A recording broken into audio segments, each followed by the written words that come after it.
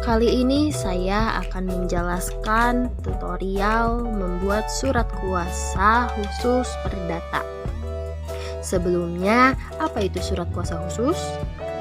Surat kuasa khusus berdasarkan pasal 1975 KUH Perdata dinyatakan bahwa pemberian kuasa dapat dilakukan secara khusus, yaitu hanya mengenai satu kepentingan tertentu atau lebih, atau secara umum, yaitu meliputi segala kepentingan pemberi kuasa. Dalam surat kuasa khusus, di dalamnya dijelaskan tindakan-tindakan apa saja yang boleh dilakukan oleh penerima kuasa. Jadi, karena ada tindakan-tindakan yang rinci dalam surat kuasa tersebut, menjadi surat kuasa khusus.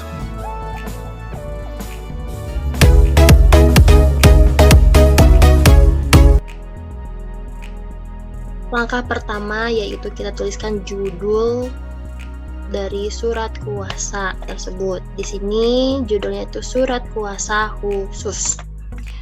Yang bertanda tangan di bawah ini, nah kita cantumkan identitas pemberi kuasa mulai dari nama, nomor induk KTP, tempat tanggal lahir, agama, pekerjaan, dan alamat. Untuk selanjutnya disebut pemberi kuasa. Pemberi kuasa bisa lebih dari satu. Jika ada pemberi kuasanya lebih dari satu, maka identitas pemberi kuasa pun lebih dari satu. Dalam hal ini memilih domisili, hukum kuasanya, dan memberikan kuasa kepada. Nah, di sini saya mencantumkan penerima kuasanya ada 3.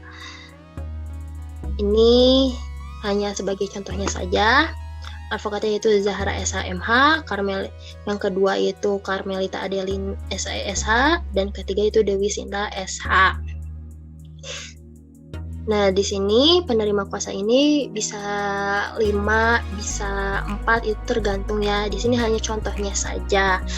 Mengapa penerima kuasa lebih dari satu? Tujuannya yaitu agar memudahkan di persidangan untuk mewakili pemberi kuasa. Advokat dan penasihat hukum pada kantor hukum Amanah Law Office yang beralamat di Jalan Jati Handap nomor 23 RT 10 RW 7 Kecamatan Cibenying Kidul, Kelurahan Pasir Layung, Kota Bandung. Nah, di sini kita tuliskan status dan kedudukan dari penerima kuasa, dan kemudian nama kantor hukumnya apa, dan dicantumkan juga alamat lengkap dari kantor hukumnya. Kemudian secara bersama-sama maupun dapat bertindak sendiri-sendiri, mendampingi dan mewakili untuk dan atas nama pemberi kuasa. Untuk selanjutnya disebut penerima kuasa.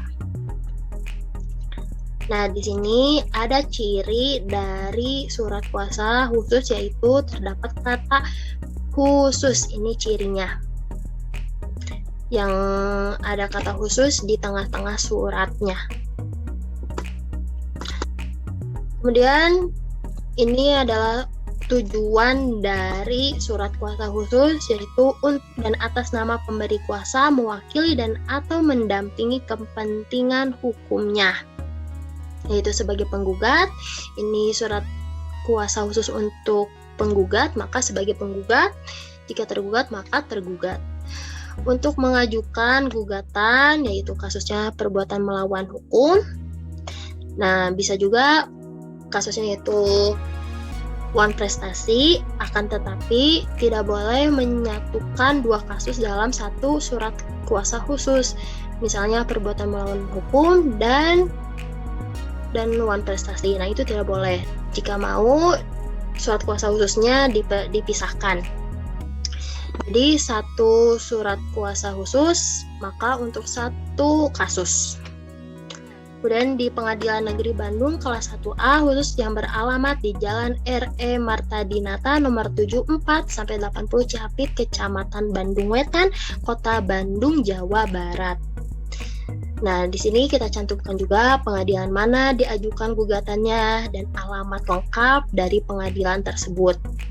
Kemudian kita cantumkan identitas dari tergugat, mulai dari nama, tempat tanggal lahir, pekerjaan, agama, alamat si tergugat. Kemudian yang selanjutnya disebut sebagai tergugat. Kemudian ada beberapa hak untuk penerima kuasa. Itu dituliskan untuk keperluan tersebut di atas, para penerima kuasa diberikan hak-hak antara lain: 1. Membuat dan mengajukan gugatan perbuatan melawan hukum di Pengadilan Negeri Bandung kelas 1A khusus yang beralamat di Jalan LRE Marta Dinata nomor 74-80 Cihapit, Kecamatan Bandung Wetan, Kota Bandung, Jawa Barat. Nomor 2, menghadiri setiap persidangan perkara tersebut di Pengadilan Negeri Bandung kelas 1A, menghadap dan berbicara di hadapan hakim yang memeriksa perkara ini, mengajukan gugatan, menerima jawaban, mengajukan replik, menerima duplik, mengajukan pembuktian, mengajukan dan atau menolak kesaksian, mengajukan kesimpulan, mohon putusan, minta salinan putusan. Kemudian hak yang ketiga yaitu mengadakan perdamaian, menentukan syarat-syarat perdamaian, menerima atau menolak perdamaian, melaksanakan perdamaian sebagaimana mestinya. Hak keempat yaitu menandatangani berkas-berkas, menerima dan menandatangani kwitansi, menerima dan melakukan pembayaran dalam perkara ini. Hak kelima yaitu pada intinya melakukan upaya hukum yang oleh penerima kuasa dipandang perlu, penting dan berguna serta baik untuk dilakukan sesuai dengan peraturan perundang-undangan. Demikian surat kuasa ini diberikan dengan hak substitusi dan hak retensi baik sebagian maupun seluruhnya kepada lain orang. Kemudian kita cantumkan tempat dan tanggal dibuatnya surat kuasa khusus. Di sini ada, kemudian ditandatangani dan diberi materai oleh pemberi kuasa dan ditandatangani oleh para penerima kuasa. Sekian yang bisa saya sampaikan. Mohon maaf bila ada kekurangan. Wabillahi taufiq wal hidayah. Wassalamualaikum warahmatullahi wabarakatuh. Thank you for watching.